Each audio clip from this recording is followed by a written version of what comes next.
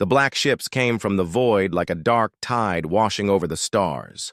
200 vessels of the Kethori Hegemony moved through space with the slow confidence of predators who had never known defeat. Each ship was a monument to alien engineering, their obsidian hulls drinking in starlight and reflecting nothing back.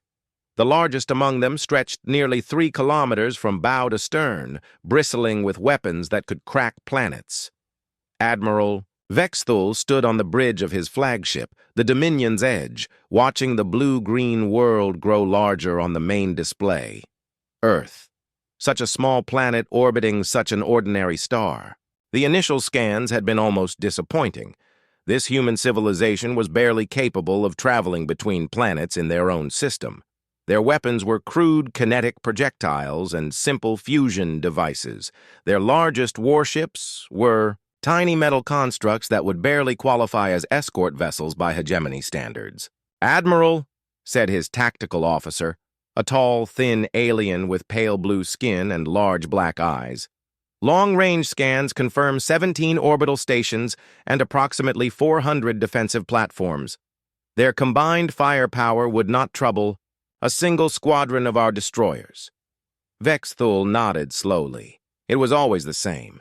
Every species they encountered followed the same pattern. First came the bravado, the defiant messages, the promises to fight to the last breath. Then came the calculations, the cold mathematics of warfare that showed just how hopeless resistance truly was. Finally came the surrender, usually within days, sometimes hours. The hegemony had perfected this approach over 3 centuries of expansion. Why waste resources destroying cities and killing millions when a simple demonstration of overwhelming force would achieve the same result? It was efficient. It was civilized. Most importantly, it preserved the conquered populations as productive. "Citizens of the Empire. Communications," Vexthul said, his voice carrying the authority of someone who had accepted the surrender of dozens of worlds. "Open a channel to the planet's surface. All frequencies." The communication officer, a member of the reptilian Sauroch species, hissed softly as he worked his controls. "Channel open, Admiral." Vexthul stepped forward, knowing that his image was now being broadcast to every screen, every radio, every communication device on the planet below. It was a ritual he had performed many times before, and the words came easily. "People of Earth, I am Admiral Vexthul of the Kethori Hegemony. Your world now lies within the boundaries of our empire. We do not come as destroyers, but as unifiers. We offer you a choice that countless civilizations before you have faced." He gestured to the tactical display, which showed the positions of all 200 hegemony ships surrounding the planet. "Our fleet contains enough firepower to reduce your world to molten rock within hours. Your defenses, while admirable for their primitive construction, cannot stand against us for more than minutes. This is not a threat. It is a simple statement of fact." The bridge was silent except for the quiet hum of ship systems. Every alien officer present had seen this moment dozens of times. Some had been on the receiving end of it themselves, back when their own worlds had joined the hegemony. "However," Vexthul continued, "we do not wish to rule over ashes and graves. Surrender now, and your civilization will be preserved. Your people will become citizens of the greatest empire the galaxy has ever known. You will have access to our technology, our knowledge, our protection. Your children will walk among the stars as equals." He paused, letting the weight of the offer sink in. This was the moment when most species began to crack. The smart ones would already be running calculations, trying to find some way to resist. The wise ones would realize there was none. You have 72 hours to make your decision. After that time, if you have not surrendered, we will demonstrate the consequences of defiance. We will select one of your major cities and remove it from existence. Then we will ask again. We hope it will not come to that. The transmission ended. Now came the waiting. In Vexthul's experience, Most worlds surrendered within the first day. The truly stubborn ones might hold out for 2 days, but none had ever lasted the full 72 hours. "Fleet disposition?" he asked. "Standard intimidation formation," replied his tactical officer. "Heavy battleships positioned directly above their major population centers. Destroyers patrolling the orbital approaches. Fighters conducting visible reconnaissance runs. The humans cannot look up at their sky without seeing our presence." Vexthul walked to the massive viewing window that dominated one wall of the bridge. Below, Earth turned slowly in space, its blue oceans and white clouds making it appear deceptively peaceful. Somewhere down there, human leaders were having desperate meetings. Their military commanders were running hopeless battle simulations. Their scientists were frantically searching for some weakness in Hegemony technology. They would find none. The Hegemony's technological advantage was measured in centuries, not years. Their ships were protected by energy shields that could deflect any kinetic weapon. Their armor was forged from metals that did not exist naturally in this galaxy. Their weapons could strike targets with perfect accuracy across distances that human sensors could barely detect. "Admiral," said the communications officer, "we are receiving multiple transmissions from the planet's surface. Government officials requesting negotiations, military commanders asking for detailed terms of surrender, some civilian groups demanding that we leave their system immediately. Standard responses only," Vexthul said. "No negotiations, no detailed terms. They surrender completely or they face the consequences. Make sure they understand that this is not a bargaining session." The Zentaurians had tried to negotiate. Their logical, mathematical minds had attempted to find some middle ground, some compromise that would preserve their independence while acknowledging hegemony superiority. It had not worked. Logic meant nothing when faced with absolute power. The Valkorian Empire had been different.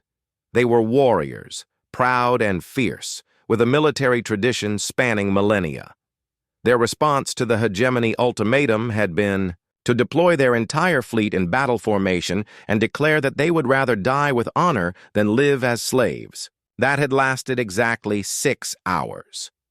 When Hegemony ships began methodically destroying Valkorian vessels one by one without taking any damage in return, reality had set in quickly. Even the Grim clans, the most warlike species the Hegemony had encountered, had eventually seen reason. They had lasted longer than most, nearly 2 full days, but even their savage courage could not overcome the mathematics of warfare. "Sir," called the scanning officer, detecting unusual activity in their outer system. "Multiple energy signatures moving between their gas giant moons." Vexthul was not concerned. "Supply runs, evacuation flights, may be moving their most important people to what they think are safe locations, standard behavior when facing conquest." Hours passed. The expected surrender messages did not come. Instead, the planet's surface continued to buzz with activity. Their primitive communication networks carried millions of messages between population centers. Their military forces were moving, but not in retreat. If anything, they seemed to be preparing for battle. "Tactical assessment," Vexthul ordered. His tactical officer studied his displays carefully before responding. "Their orbital defenses have been reinforced. Additional weapons platforms have come online. Their fleet elements are moving into defensive positions rather than evacuating. Most unusual, Admiral." "Unusual but irrelevant," Vexthul replied. "Double their defenses, triple them, multiply them by 10. The result remains the same." But something was bothering him. In 3 centuries of conquest, certain patterns had become predictable. There were always 3 phases to resistance. First came denial, where the target species refused to believe the hegemony was serious. Then came bargaining, desperate attempts to find some alternative to complete surrender. Finally came acceptance, usually accompanied by internal political chaos, as different factions blamed each other for their world's predicament. The humans seemed to be skipping the first 2 phases entirely. Communications. Are we receiving any surrender offers at all? Negative, Admiral. We are receiving hundreds of messages, but none offering surrender. Most are requests for you to perform anatomically impossible acts upon yourself. Several bridge officers made sounds that might have been alien laughter. Even in the face of annihilation, some species maintained their sense of humor. It was almost endearing. The first day passed, then the second. By the third day, Vex Thul was genuinely puzzled. He had seen stubborn resistance before, but never silence. The humans were not even trying to negotiate. They were not pleading for mercy or asking for better terms. They were simply preparing. Admiral, said his communications officer on, the morning of the fourth day, we are receiving a transmission from Earth, single source military encryption, on screen. The main display shifted to show a middle-aged human female in what appeared to be a military uniform. She had short brown hair and calm brown eyes that seemed to look directly at Vex Thul, despite the vast distance between them. Admiral Vex Thul, she said, her voice steady and professional. I am General Sarah Martinez of the United Earth Defense Force. I am transmitting to inform you that Earth's governments have reached a unanimous decision regarding your ultimatum. Here it comes, Vex Thul thought. Finally, sanity prevails. We decline. The words hung in the air like an unexploded bomb. Several bridge officers turned to stare at their admiral, waiting for his reaction. Furthermore, the human continued, we wish to inform you that we consider your presence in our system to be an act of war. You have threatened our world and our people. In response, we will defend ourselves by any means necessary. Vex Thul found his voice. General Martinez, perhaps you did not fully understand our previous communication. We possess overwhelming superiority in numbers, technology, and firepower. Resistance is not merely futile, it is suicide. The human smiled. It was not a pleasant expression. Admiral, you clearly do not understand humans. We have been killing each other for thousands of years. We have fought wars that destroyed entire continents. We have built weapons capable of ending all life on our planet, and we came very close to using them. Do you really think the threat of death is going to make us surrender our freedom? Your courage is admirable but meaningless, Vex Thul replied. I will demonstrate the cost of defiance. In 1 hour, we will destroy one of your cities. Perhaps then you will reconsider. Perhaps, said General Martinez, you should reconsider. You have conquered many worlds, Admiral, but you have never faced humans in battle. You have no idea what we are capable of when our homes are threatened. The transmission ended. Vex Thul stood in silence for a long moment. In 3 centuries of conquest, no species had ever responded to his ultimatum with such casual defiance. There had been rage, despair, bargaining, pleading, and eventually acceptance, but never this calm certainty. Sir, prompted his tactical officer, select a target, Vex Thul said quietly. Military installation, not civilian. Show them what our weapons can do. Target selected. The installation they call Peterson Space Force Base in their North American continent. Fire. A single beam of coherent energy lanced down from the Dominion's edge, striking the human base with surgical precision. The installation simply ceased to exist, vaporized in a flash of light that could be seen from orbit. Transmission to Earth, Vex Thul ordered. That was a demonstration. Surrender now or watch your cities burn. The reply came within minutes. It was not from General Martinez, but from someone identified as President Chen of the United Earth Government. Admiral Vex Thul, you have just murdered 3,000 human beings. We will remember that. We will remember all of this. And when this is over, we will make sure the galaxy remembers what you have done here. When this is over, Vex Thul replied, you will be citizens of the Hegemony, or you will be dead. There are no other options. There is always another option, President Chen said. You just have to be brave enough to take it. The transmission ended, and Vexthul found himself staring at a blank screen. Something was wrong. After 3 centuries of easy conquest, something was very wrong. But the hegemony did not retreat. The hegemony did not negotiate. The hegemony conquered. It was time to remind the humans of that fact. The human response came 18 hours after the destruction of Peterson's Space Force base. It was not what Admiral Vexthul had expected.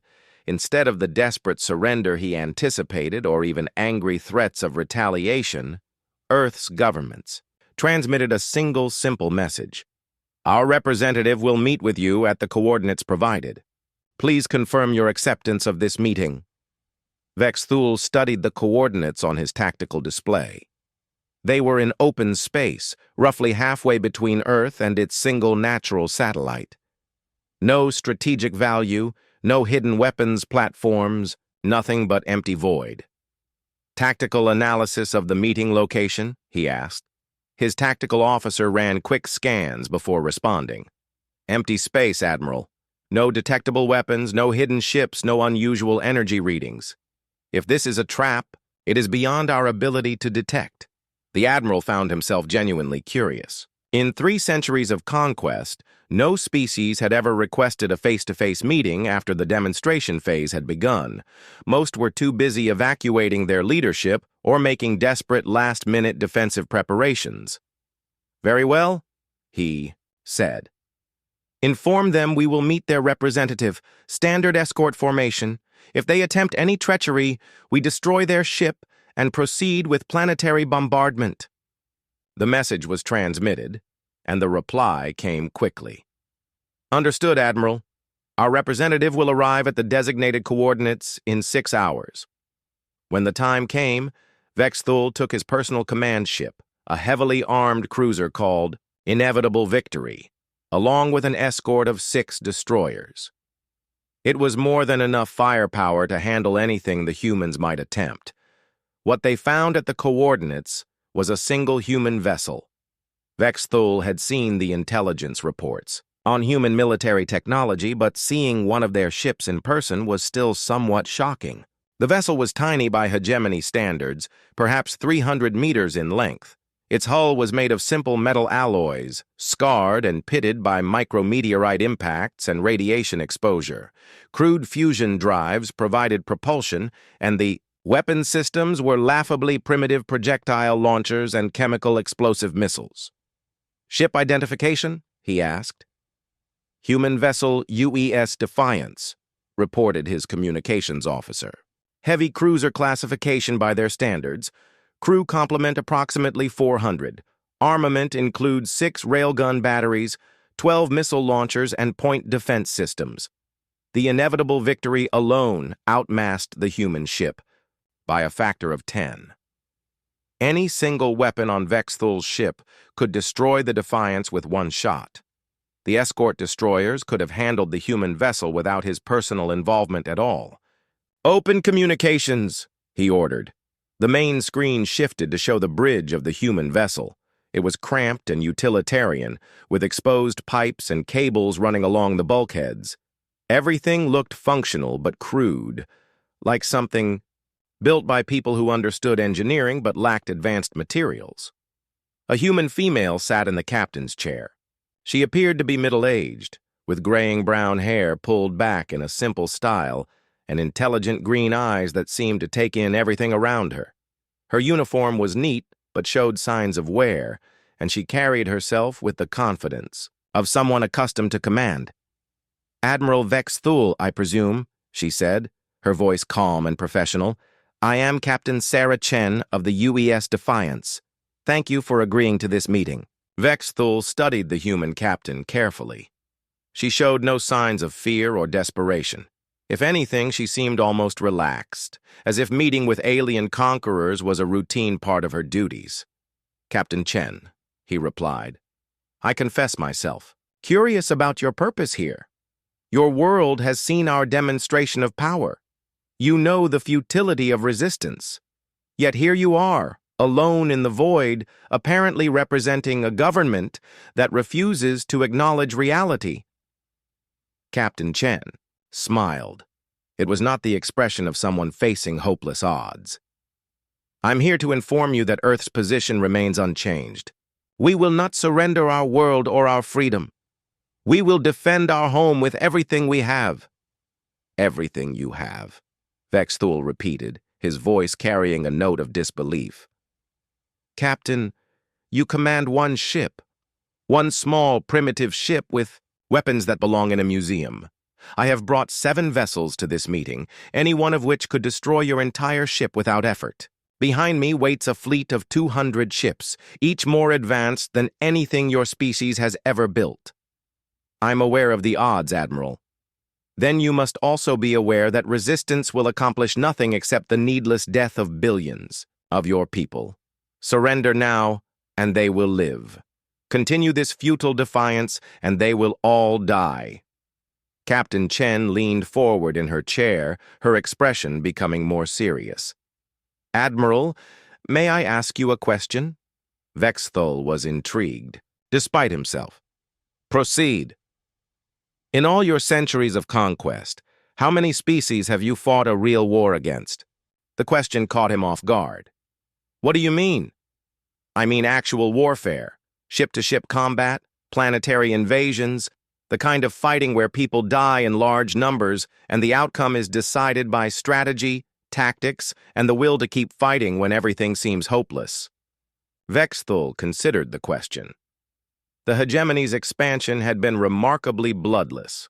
A few skirmishes here and there, mostly against pirates or isolated military units that had not received surrender orders in time. But actual warfare? Combat has rarely been necessary, he admitted. Most civilizations recognize the futility of resistance once they understand our capabilities. That's what I thought, Chen said. You've conquered 17 star systems without a real fight. You've perfected the art of intimidation, but you've never tested your tactics against an enemy that refuses to be intimidated. Are you suggesting that your primitive technology somehow gives you an advantage against our superior firepower? Chen's smile returned, and this time it carried a hint of something that might have been pity. Admiral, you've made the same mistake that every bully throughout history has made. You've confused the ability to hurt people with the ability to defeat them. Explain. You can destroy our cities. You can kill millions of us. But you cannot make us surrender unless we choose to surrender. And we choose not to. Vexthul felt a growing sense of frustration. This conversation was unlike any he had experienced before. Usually, by this point in the negotiation, enemy representatives were begging for terms or trying to bargain for the lives of their people. Captain Chen, perhaps you do not fully understand the situation. My fleet can sterilize your entire world. Every city, every military installation, every human being. There will be nothing left but radioactive ash. And then what? Chen asked. You'll have a dead world full of nothing useful. No new citizens for your empire. No resources. No strategic value. Just a monument to your willingness to commit genocide. When faced with people who refuse to kneel. Other worlds will see what happens to those who defy us. Other worlds will see that the mighty Hegemony had to murder an entire species because they couldn't handle losing one battle. Chen paused, letting that sink in. How does that enhance your reputation, Admiral? Vexthul found himself without an immediate answer. The Hegemony's expansion had been built on the foundation of being reasonable conquerors. They offered good terms, treated conquered populations well, and avoided unnecessary destruction. It was part of what made them effective. You assume we will lose, he said finally. I know you will lose, Chen replied with absolute certainty. Oh, you might kill all of us. You might reduce Earth to rubble, but you will lose. How can you be so certain? Chen stood up from her captain's chair and walked closer to the communications pickup, her image filling more of Vexthul's screen. Because, Admiral, you've never faced humans in a real fight. You don't know what we're capable of. You don't know how we think, how we adapt, how we refuse to quit even when logic says we should. She gestured toward something off-screen, and the image shifted to show a portion of her ship's bridge. Vexthul could see human crew members at their stations, calmly going about their duties. They showed no signs of panic or despair. If anything, they seemed determined. "Every human on this ship volunteered for this mission," Chen continued. "Every one of them knows the odds. Every one of them knows we probably won't survive the next few hours. And every single one of them is here anyway, because they believe some things are worth dying for." "Admirable but irrelevant," Vexthul said, but he could hear the uncertainty in his own voice. "Is it? Admiral, let me tell you what's going to happen. You're going to order your ships to attack us. We're going to fight back. We will probably die because we're outnumbered 7-1 by vessels that are individually superior to ours." She paused, her expression becoming harder. "But we will hurt you. We will hurt you in ways you don't expect, because you've never fought an enemy that had nothing left to lose. And when word of this battle reaches Earth, every human who sees it will understand something important. Which is that the great and mighty Hegemony can bleed." Vexthul felt a chill that had nothing to do with the temperature on his bridge. There was something in the human captain's voice, a certainty that went beyond mere courage or even fanaticism. It was the voice of someone who had thought through every possibility and made peace with the consequences. "Captain Chen," he said slowly, "you are either very brave or very foolish." "Probably both," she admitted. "But Admiral, before we begin, I want you to understand something. This isn't personal. I'm sure you're a decent being who believes he's doing the right thing for his people. But you've come to our home and threatened our families. You've killed our people to make a point. And now you're going to learn why that was a mistake." The communication channel closed, leaving Vexthul staring at a blank screen. For a long moment, the bridge of the inevitable victory was silent. Finally, his tactical officer spoke. "Admiral, your orders?" Vexthul looked at the tactical display showing the tiny human ship surrounded by his much larger vessels. 7 against 1. Advanced technology against primitive weapons. It should have been a simple execution. So why did he feel like he was about to make a terrible mistake? "All ships," he said finally, "combat formation. Disable the human vessel. Try to take prisoners if possible." "Sir," said his weapons officer, "our lightest weapons will destroy that ship completely. There is no way to disable it without killing everyone aboard." Vexthul closed his eyes for a moment, then opened them. "Then we kill them all." The order was given, and 7 Hegemony warships moved to attack positions around the lone human vessel. On his tactical display, Vexthul watched the Defiance's energy signatures spike as they brought their primitive weapons online. Captain Chen had been right about one thing. In 3 centuries of conquest, the Hegemony had never fought a real war. They were about to learn what they had been missing. The battle began in a way that would be studied by military historians for generations, though none of them would believe the initial reports. Admiral Vexthul expected the human ship to either try to flee or take a defensive position and hope for rescue. Instead, the UES Defiance did something that violated every principle of space combat doctrine the Hegemony had ever developed. It attacked. Not a cautious probe or a desperate last stand, but a full-speed assault directly into the center of the Hegemony formation. The human ship's fusion drives flared to maximum power, pushing the vessel to speeds that Hegemony sensors registered as dangerous overload conditions. "Sir," called the tactical officer, his voice confused, "the human vessel is accelerating directly toward us. They're running their engines at 130% of rated capacity. Suicide run," Vexthul concluded. "They intend to ram us. All ships. Evasive maneuvers." But the Defiance was not aiming for a ramming attack. As it closed to weapons range, every gun on the human ship opened fire simultaneously. The first thing that shocked Vexthul was the range. Human weapons were supposed to be short-ranged kinetic projectiles with limited accuracy. The railgun rounds that began hammering his escorts were coming from a distance where human weapons should have been completely ineffective. The second shock was the velocity. Hegemony shields were designed to deflect or absorb energy weapons and stop kinetic projectiles moving at normal speeds. The tungsten penetrators firing from the Defiance's railguns were moving at a significant fraction of light speed, carrying kinetic energy that turned the laws of physics into weapons. The destroyer subjugator took the first hit. The round punched through its forward shields as if they were not there, penetrated the primary armor belt, and continued through 17 decks before exploding somewhere near the engine room. Secondary explosions began rippling through the ship as atmosphere vented and systems failed. "Impossible," breathed the tactical officer. Captain Chen's voice cut through the chaos on the Hegemony command channel, her transmission somehow reaching every ship in the formation. "Surprise, Admiral. You wanted to see what humans are capable of? Welcome to kinetic warfare." The second destroyer, Inevitable Conquest, tried to bring its main guns to bear on the attacking human ship. It never got the chance. A spread of missiles from the Defiance's launchers struck it amidships, but these were not the simple chemical explosives the Hegemony had expected. Each warhead was a miniature nuclear device, and their detonation tore the destroyer's hull open like paper. "How are they penetrating our shields?" Vex Thule demanded.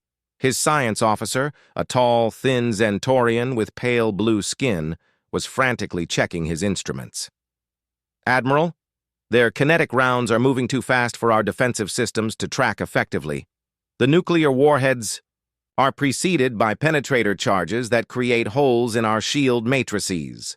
Adapt our defenses." "I am trying, sir, but their tactics are unlike anything in our database. They are using weapons combinations that should not work together, but somehow—" The Zentorian's words were cut off as the Defiance's guns found their next target. The destroyer Eternal Victory simply disintegrated as a railgun round struck its ammunition storage. The explosion was visible from orbit around Earth, a brief new star that marked the death of 200 alien beings. Vex Thule realized with growing horror that the humans were not just fighting back. They were winning. "All ships, concentrate fire on the human vessel. Maximum power." 7 Hegemony ships turned their weapons on the single human cruiser. Energy beams that could melt asteroids lanced through space. Plasma bolts that burned at stellar temperatures converged on the Defiance's position. For a moment, it seemed impossible that anything could survive such concentrated firepower. But the human ship was no longer where the targeting computers said it should be. Captain Chen had done something else that violated Hegemony doctrine. Instead of trying to absorb or deflect the incoming fire, she was using the Defiance's superior maneuverability to simply not be there when the shots arrived. The human ship twisted and dove through space like a living thing, its course changes so rapid and violent that no computer could predict its position. "How is that ship still functioning?" Vex Thule asked. "Those acceleration changes should be killing the crew." "Unknown, sir. Their ship appears to be equipped with some form of inertial compensation we do not understand." The truth was simpler and more terrifying. The Defiance did not have inertial compensation. Its crew was enduring acceleration forces that should have been fatal, held in place by restraint systems and pure determination. Several humans had already lost consciousness, and others were functioning despite broken bones and internal injuries. But they kept fighting. The 4th Hegemony ship to die was the escort cruiser Dominant Force. A full spread of human missiles found their way through its defensive fire, and the nuclear detonations cracked its hull like an eggshell. As atmosphere and debris spilled into space, human railgun rounds finished the job. "Admiral," called his communications officer, "we are receiving a transmission from the human ship." Captain Chen's face appeared on the main screen. Blood was running down one side of her head from a scalp wound, and her uniform was torn, but her eyes were still steady and determined. "Admiral Vex Thule," she said, her voice slightly hoarse, "I told you that you had never faced humans in battle. Are you beginning to understand what that means?" Your ship is damaged and outnumbered, Vexthul replied, trying to project confidence he did not feel. This cannot continue much longer. Chen smiled, and it was not a pleasant expression. You're right. It can't. Because we're not done yet. The transmission ended, and the Defiance launched something new. Not missiles or railgun rounds, but what appeared to be escape pods. Vexthul's tactical officer tracked them with growing confusion. Sir, those pods are on intercept courses with our remaining ships, but they contain no life signs. Debris? Decoys? Unknown, sir. They appear to be standard evacuation pods, but the first pod struck the destroyer Endless Dominion amidships. The explosion that followed was far larger than any escape pod should have been able to produce. The destroyer's entire forward section separated from the rest of the ship, tumbling away into space as its drive section exploded. Improvised weapons, the tactical officer reported with something approaching awe. They have loaded their escape pods with nuclear charges and are using them as guided missiles. It was insane. It was desperate. It was completely outside every tactical manual the Hegemony had ever written. And it was working. The fifth ship died when another weaponized escape pod struck its bridge section. The sixth fell to a coordinated attack of railgun rounds and nuclear missiles that overwhelmed its defenses through sheer volume of fire. That left only the inevitable victory facing the battered human ship. Captain Chen opened communications one final time. The bridge of the Defiance was a wreck. Sparks flew from damaged control panels, smoke filled the air, and several crew stations appeared to be unmanned. But the human captain was still in her chair, still giving orders, still fighting. "Just you and me now, Admiral," she said. Vexthul looked at his tactical display. His ship was larger, better armed, and more heavily armored than the human vessel. But the Defiance had just destroyed 6 Hegemony warships through tactics that bordered on madness. His crew was shaken, uncertain, facing an enemy that refused to follow the rules of civilized warfare. "Captain Chen," he said slowly, "your ship is dying. Half your weapons are offline. Your crew is taking casualties. Surrender now, and I will guarantee their safety." "Negative, Admiral. We knew the odds when we came here. We knew most of us wouldn't be going home. But we also knew that every minute we keep you busy is another minute for Earth to prepare." For the first time, it occurred to Vexthul to wonder what preparations the humans might be making. His entire fleet was positioned around their world, but if this one ship was representative of human capabilities... Besides, Chen continued, we're not done yet. The Defiance began its final attack run, accelerating directly toward the inevitable victory with its remaining weapons blazing.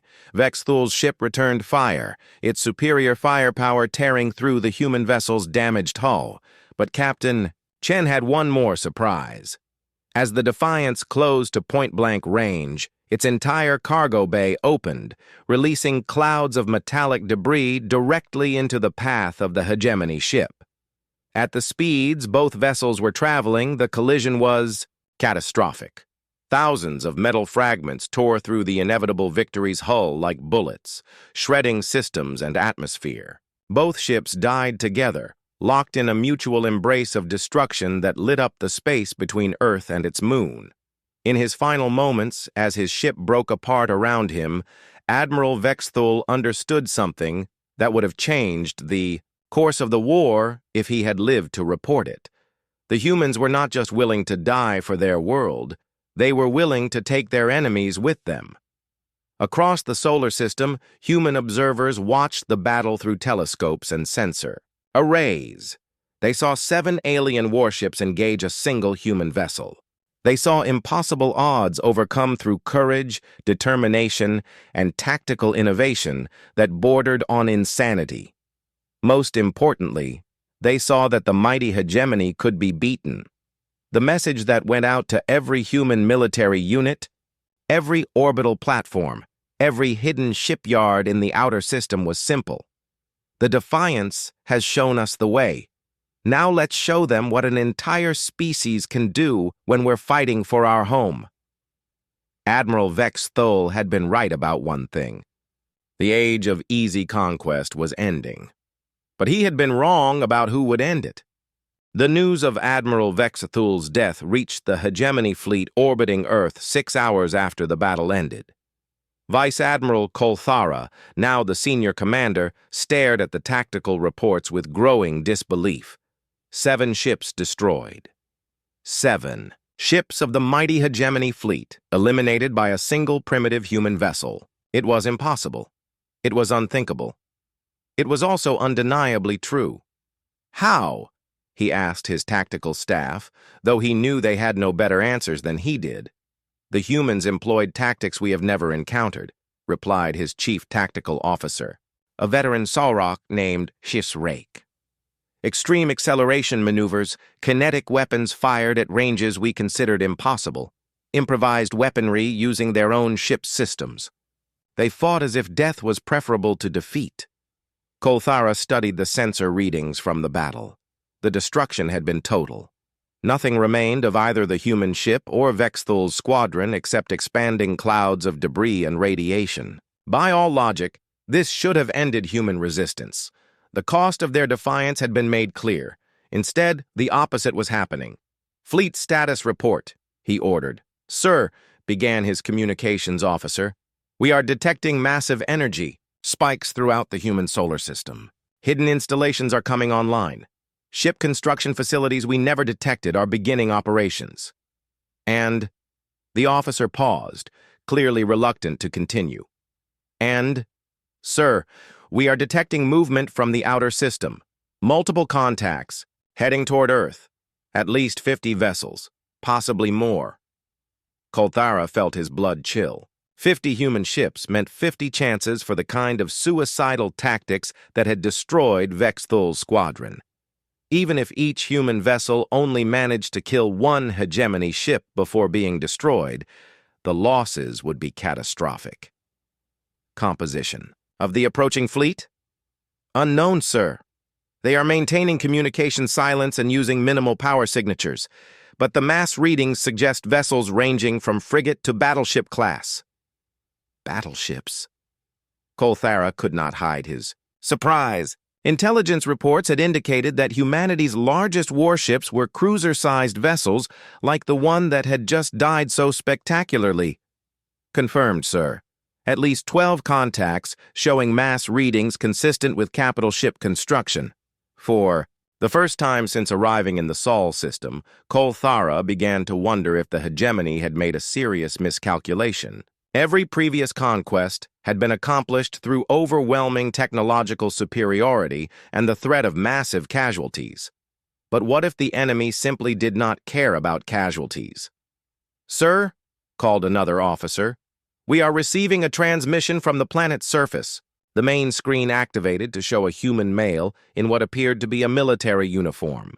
He was older than the captain who had died in the battle, with gray hair and hard eyes that spoke of decades of military experience. "I am General Harrison, Clark, Supreme Commander of United Earth Defense Forces," the human said without preamble.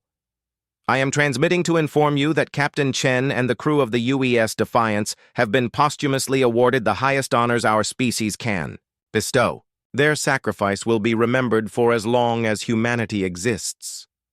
Kolthara found his voice. "General Clark, surely the death of your people in such a hopeless gesture demonstrates the futility of continued resistance." The human's expression did not change. "On the contrary, Admiral, their sacrifice has demonstrated something far more important. You can be beaten, your ships can be destroyed. Your technology is not invincible." "One ship, General. One ship against 7. And it died. Along with its crew. One ship," Clark agreed. "That took 7 of yours with it. That's the exchange ratio we can live with." The casual way the human discussed the mathematics of mutual destruction sent another chill through Kolthara. Most species valued the lives of their military personnel. They tried to minimize casualties, to preserve their fighting forces for as long as possible. The humans seemed to view their own deaths as acceptable costs in a larger equation. "General, you cannot seriously believe," That you can match our fleet ship for ship. We have nearly 200 vessels in this system alone. You're right, Clark said. We can't match you ship for ship, so we'll have to get creative. The transmission ended, leaving Colthera staring at a blank screen. Around him, his bridge crew worked quietly at their stations, but he could sense their uncertainty. 3 centuries of easy conquest had not prepared them for an enemy that treated warfare as a problem to be solved rather than a contest to be avoided. "Sir," reported the sensor officer, "the approaching human fleet has increased speed. Estimated time to engagement range, 14 hours. Fleet disposition?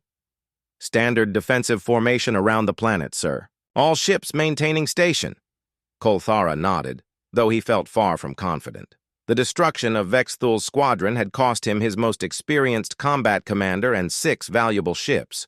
Worse, it had given the humans tactical intelligence about hegemony capabilities and weaknesses, but he still held overwhelming numerical superiority. Whatever the humans were planning, they would have to overcome odds of nearly 4 to 1. Surely even human ingenuity had limits. The first human ships arrived at the edge of weapons range exactly 14 hours later.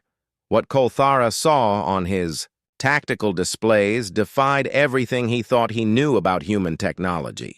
The vessels approaching his fleet were not the crude metal constructs he had expected. These were sleek, predatory-looking ships with hull configurations unlike anything in hegemony databases. More disturbing still, they were moving in formation patterns that spoke of extensive military training and coordination. "Sir," reported his tactical officer, "the lead human vessels are broadcasting something. Audio only." Put it through. What came through the communication system was not words, but music. Human music, with a driving rhythm and aggressive melody that seemed designed to inspire rather than intimidate. "What is the purpose of this transmission?" Colthara asked. His communications officer looked puzzled. "Unknown, sir. It appears to be some form of cultural expression."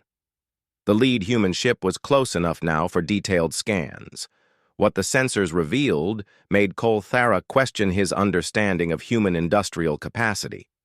The vessel was larger than anything in their intelligence files, with weapon arrays that had clearly been designed with hegemony technology in mind. "Sir," called the sensor officer, his voice tight with concern, "I'm detecting energy signatures unlike anything we've seen from human technology. These ships appear to be equipped with directed energy weapons and defensive systems based on our own designs." Impossible. Humans lack the industrial base to reverse engineer our technology. "Nevertheless, sir, the readings are unmistakable." The lead human ship opened communications. The captain who appeared on screen was a middle-aged woman with short blonde hair and the same calm determination Colthara had seen in the other human officers. "I am Captain Lisa Rodriguez of the UES Indomitable Will," she said.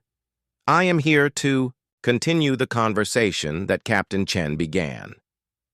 "Captain Rodriguez," Colthara replied, trying to project authority he was beginning to doubt he possessed. "You command impressive vessels, but you are still outnumbered. Surrender now and your crews will be spared." Rodriguez smiled, and like her predecessor, it was not a reassuring expression.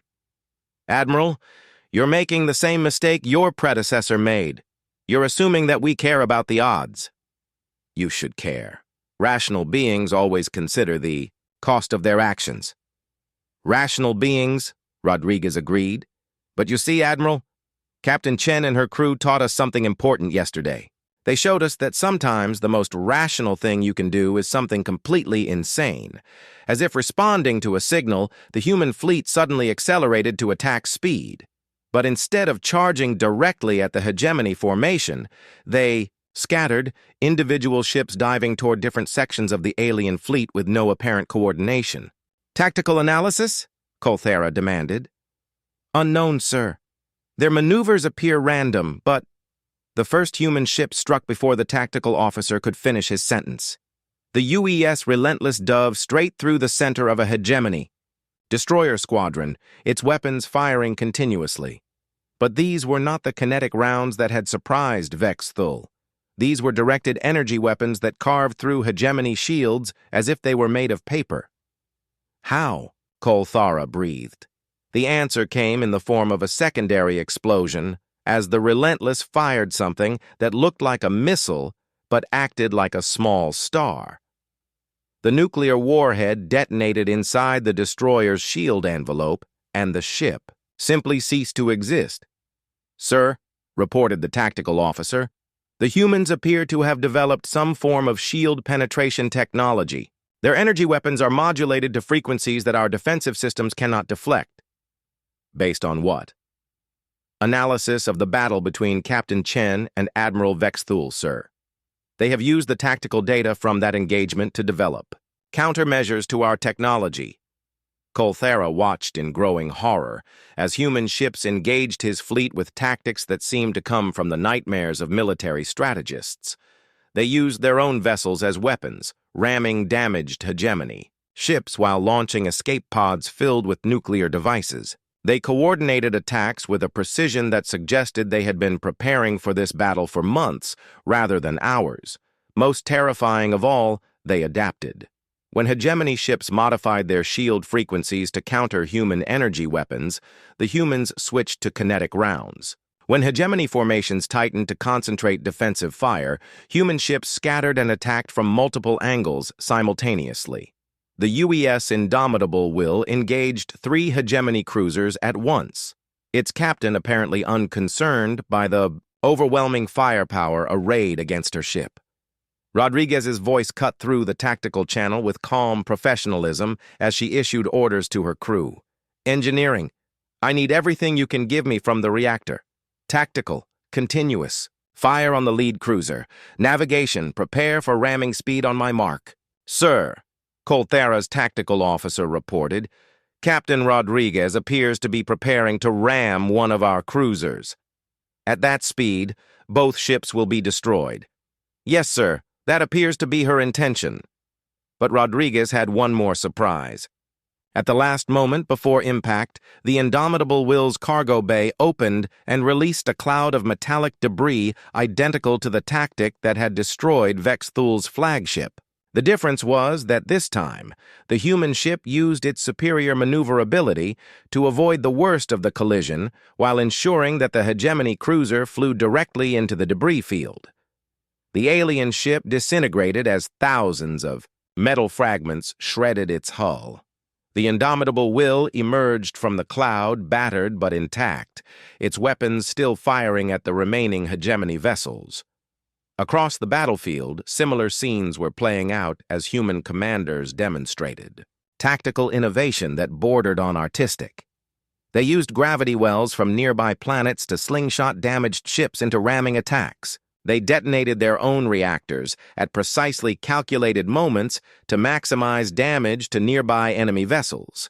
They fought with a combination of mathematical precision and complete disregard for their own survival that left Hegemony commanders struggling to respond. "Fleet status?" Kolthara asked, though he dreaded the answer. "Sir, we have lost 43 ships. Human losses are estimated at 28 vessels." The numbers hit Kolthara like a physical blow. In less than 6 hours of combat, the humans had achieved better than a 1-to-1 exchange ratio against the most advanced fleet in the galaxy. At this rate, they would destroy his entire force before suffering crippling losses themselves. 4. The first time in 3 centuries of conquest, a Hegemony admiral faced a terrible possibility. He might lose. The battle for Earth's orbital space raged for 18 hours. When it finally ended, Vice Admiral Kolthara faced a reality that no Hegemony commander had ever confronted in 3 centuries of expansion. Defeat. His fleet of 200 ships had been reduced to fewer than 90 functional vessels. The humans, starting with barely 60 ships, had been reduced to 23. But those 23 remaining human vessels were positioned between his battered fleet and the planet below, and their captains were transmitting the same message on all frequencies. "This is Captain Sarah Martinez of the UES Humanity's Last. Hope, came the voice that had started this entire conflict. "Admiral Kolthara, your fleet is welcome to withdraw from our system at any time. However, any attempt to approach Earth will be met with continued resistance." Kolthara stared at the tactical display showing the aftermath of the most brutal space battle in recorded history. Debris fields marked the graves of ships from both sides. The space between Earth and its moon was filled with expanding clouds of atmosphere, metal fragments, and the frozen bodies of beings who had died fighting for their respective causes. Most of his surviving ships were damaged. His crew was exhausted and demoralized. Many of the alien species that served in the Hegemony fleet were openly questioning orders for the first time in their military careers. But what truly terrified Kolthara was not the tactical situation. It was the realization that this battle was being watched. Every species in Hegemony space had monitoring stations, intelligence networks, and communication systems. Word of this engagement would spread throughout the galaxy within days. Dozens of worlds that had surrendered without. A fight would see that the mighty Hegemony could be beaten, that their technological superiority was not absolute, that conquest could be resisted. "Sir," said his communications officer, a member of the Zentaurian species, "we are receiving surrender offers from several of our damaged vessels." "Surrender offers?" "Yes, sir. The human fleet is offering to accept the surrender of any Hegemony ship that wishes to lay down arms. They guarantee safe treatment of prisoners and eventual repatriation." Kolthara felt his world shifting beneath his feet. Individual Hegemony ships were surrendering. To humans. The most militarily primitive species they had ever encountered was accepting the surrender of vessels from the most advanced fleet in the galaxy. "Sir," continued the communications officer, "the Zentaurian science vessel Logical Conclusion has transmitted surrender terms to the human fleet. Captain Melthos cites excessive casualties and the mathematical impossibility of victory as justification." "And the humans' response?" "They have accepted the surrender and are dispatching a ship to take the Logical Conclusion's crew into custody. They have also transmitted detailed medical information about Zentaurian physiology to ensure proper treatment of wounded prisoners." The irony was not lost on Kolthara. The species that was supposed to be conquered was now providing humanitarian aid to their conquerors. "Admiral," called his tactical officer, "I'm detecting energy signatures from the outer system. Multiple contacts approaching from beyond sensor range." Kolthara closed his eyes. More human ships. Of course there were more human ships. These were not the desperate defenders of a dying world. These were people who had spent months, perhaps years, preparing for this moment. How many contacts? "Difficult to determine at this range, sir, but the mass readings suggest significant numbers." When the new arrivals finally came into clear sensor range, Kolthara understood that the war was truly over. The approaching fleet was not composed of human ships alone. Mixed in with the crude but effective human designs were vessels he recognized from a dozen different worlds, Zentaurian science ships with their distinctive crystalline hulls, Valkorian war cruisers bearing the ancient symbols of their warrior clans, even some of the massive cargo haulers used by the Grimm clans, modified with weapon systems and transmitting identification codes that marked them as rebels. "Sir," reported his communications officer, his voice tight with disbelief, "we are receiving a transmission from the approaching fleet. The sender identifies himself as Captain Theloros of the Valkorian ship Redeemed Honor." Kolthara remembered that name. Theloros had been a trusted Hegemony officer for over 30 years, a model of conquered species integration into the Imperial system. "Put him through." The screen activated to show a Valkorian male in what appeared to be a modified Hegemony uniform with the rank insignia removed. His species was tall and humanoid, with pale blue skin and large dark eyes that now burned, with something Kolthara had never seen before: hope. "Admiral Kolthara," Theloros said, his voice carrying the authority of someone who had made a decision that would change his life forever. I am here to inform you that the Valkorian people withdraw their allegiance to the Hegemony. We stand with humanity in their fight for freedom. Captain. Former Captain Theloros, Kolthara replied, trying to maintain some semblance of authority. You are committing treason against the empire that gave you rank, purpose, and citizenship. No, Admiral, I am reclaiming the honor that I lost when my people surrendered without a fight. Theloros leaned forward, his expression intense. The humans have shown us something we had forgotten. That some things are worth fighting for, even when the odds seem impossible. You will be hunted as rebels. Your people will be branded as traitors. Perhaps, but our children will grow up free. The transmission ended, leaving Kolthara to contemplate the true magnitude of what was happening. This was not just a military defeat. This was the beginning of a revolution. Over the next several hours, more ships arrived from across Hegemony space. Not all were rebels. Many came as observers, representatives of their species' governments who wanted to see for themselves whether the reports of human resistance were true. But their presence meant that word of this battle would reach every corner of the galaxy. Captain Martinez opened communications one final time. Admiral Kolthara, she said, and Kolthara could see the exhaustion in her face. The battle had cost the humans dearly as well. I'm transmitting an offer for you to consider. I am listening. Withdraw your fleet from our system. Return to Hegemony space. Tell your superiors that Earth is no longer available for conquest. In exchange, we will release all prisoners taken during this engagement and provide medical aid for your damaged ships. And if I refuse? Martinez gestured toward something off-screen, and the tactical display shifted to show the combined human-alien fleet now surrounding Kolthara's position. Nearly 200 ships, representing a dozen different species, all united in opposition to hegemony expansion. Admiral, you're outnumbered 2-1 by forces that have learned human tactics. Your ships are damaged, your crew is demoralized, and you're sitting in the middle of a system that belongs to people who just proved they would rather die than surrender. She paused, letting that sink in. How do you think this ends if you choose to continue fighting?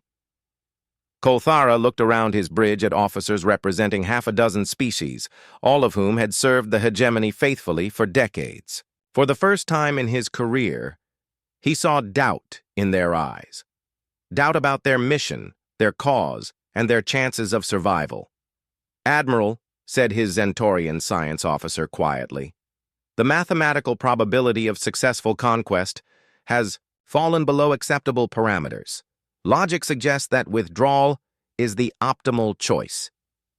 Sir, added his Sarok tactical officer, my analysis indicates that continued combat will result in the complete destruction of our remaining forces with minimal damage to the enemy. Even his own officers were counseling retreat. The unthinkable had become the inevitable. Very well, Kolthara said finally. I accept your terms, Captain Martinez. We will withdraw from your system. Thank you, Admiral. Your prisoners will be ready for transfer within 6 hours. Medical supplies and repair materials are being prepared for your damaged ships. As Kolthara gave the orders for his fleet to begin withdrawal preparations, he found himself thinking about the conversation that had started this war. General Martinez had said that there was always another option, that you just had to be brave, enough to take it. The humans had chosen to fight against impossible odds rather than surrender their freedom. That choice had inspired others to remember what they had lost when they accepted hegemony rule without resistance. But there was another choice available now. The choice to learn from this defeat, to understand what the humans had shown them, about courage and determination and the power of people who refused to accept that some things were inevitable. The hegemony had conquered 17 star systems without resistance. But they had never faced an enemy that treated freedom as something worth dying for. As his battered fleet began the long journey home, Kolthara composed his report to the Hegemony High Command. It would be a difficult message to send. The first, report of military defeat in 3 centuries of expansion. But perhaps it was time for the Hegemony to learn something new about the galaxy they thought they controlled. Meanwhile, on Earth, General Martinez stood in the command center watching the alien fleet depart. Around her, exhausted human officers worked to coordinate rescue operations and begin the massive task of repairing the damage from the battle. "General," said one of her aides, "we're receiving congratulations from governments across human space. The president wants to schedule a ceremony to honor the crews who died in the battle." Martinez nodded, but her attention was focused on the communication displays showing messages from across the galaxy. Dozens of species were requesting information about human military tactics. Several were asking for assistance in organizing their own resistance movements. The war for Earth was over. But the revolution that would reshape the galaxy was just beginning. Years later, historians would mark this battle as the end of the age of easy conquest and the beginning of what they called the Freedom Wars. The Hegemony would return, of course. They would come back with larger fleets, better technology, and new strategies designed to counter human tactics. But they would never again face a world that surrendered without a fight. Humanity had taught the galaxy a lesson that would echo across the stars for generations. Some things are worth fighting for. Some people will never stop fighting for them. And sometimes, the most powerful force in the universe is not advanced technology or overwhelming numbers. Sometimes it's just the simple refusal to give up.